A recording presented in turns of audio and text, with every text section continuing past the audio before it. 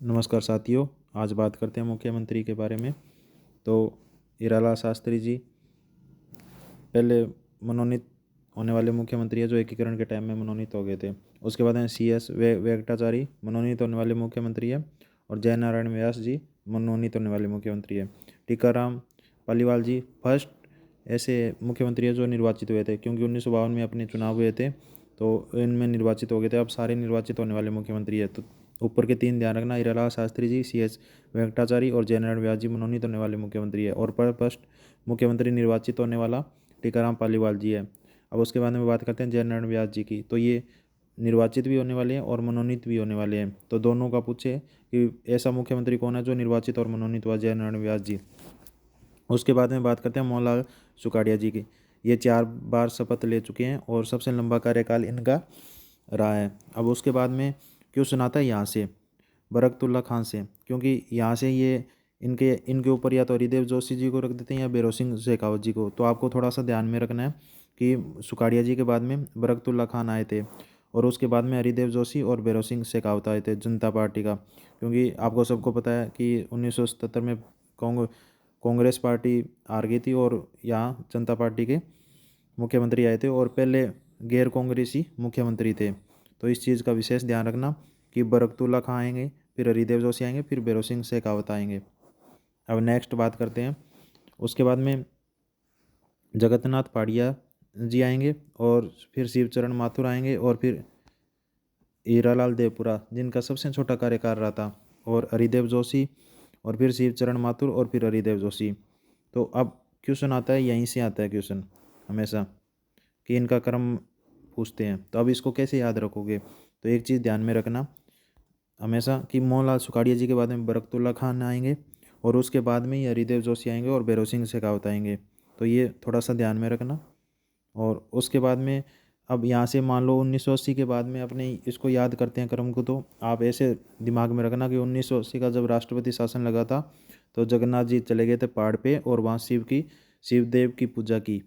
तो इसको आप ध्यान में रहेगा थोड़ा सा कि जगन्नाथ पाड़िया के बाद में शिवचरण माथुर आएंगे और फिर हीरालाल देवपुर आएंगे।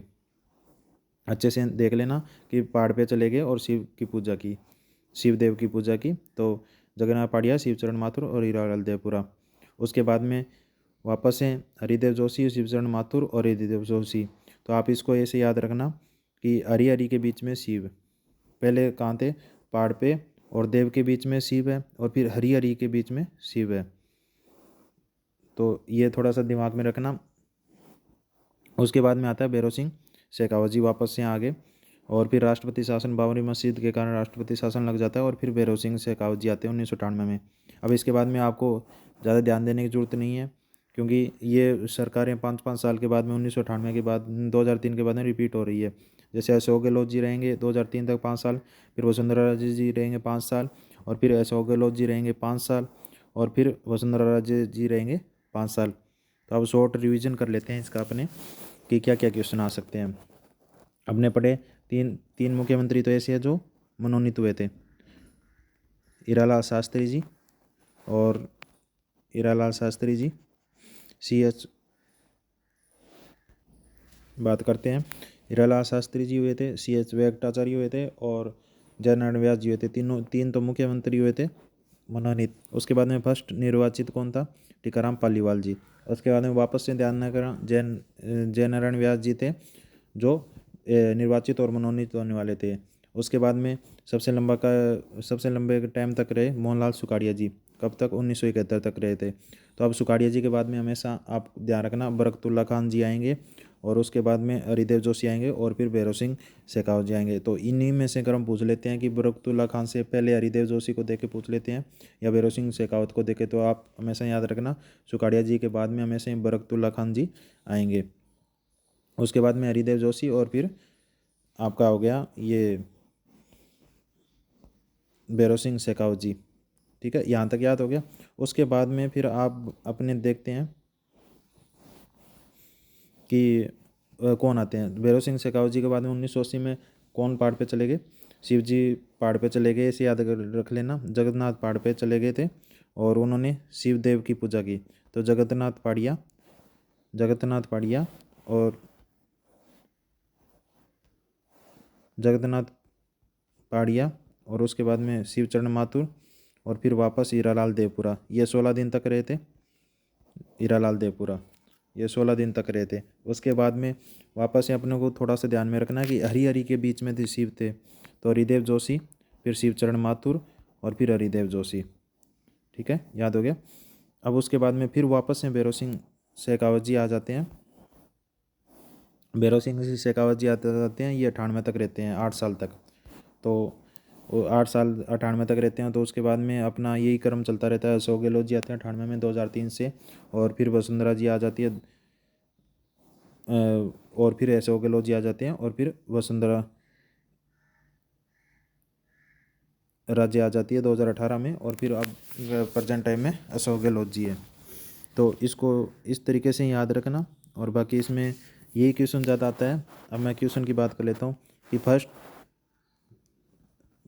मनोनीत होने वाला कौन थे? हीरालाल शास्त्री जी। फर्स्ट निर्वाचित होने वाले कौन थे?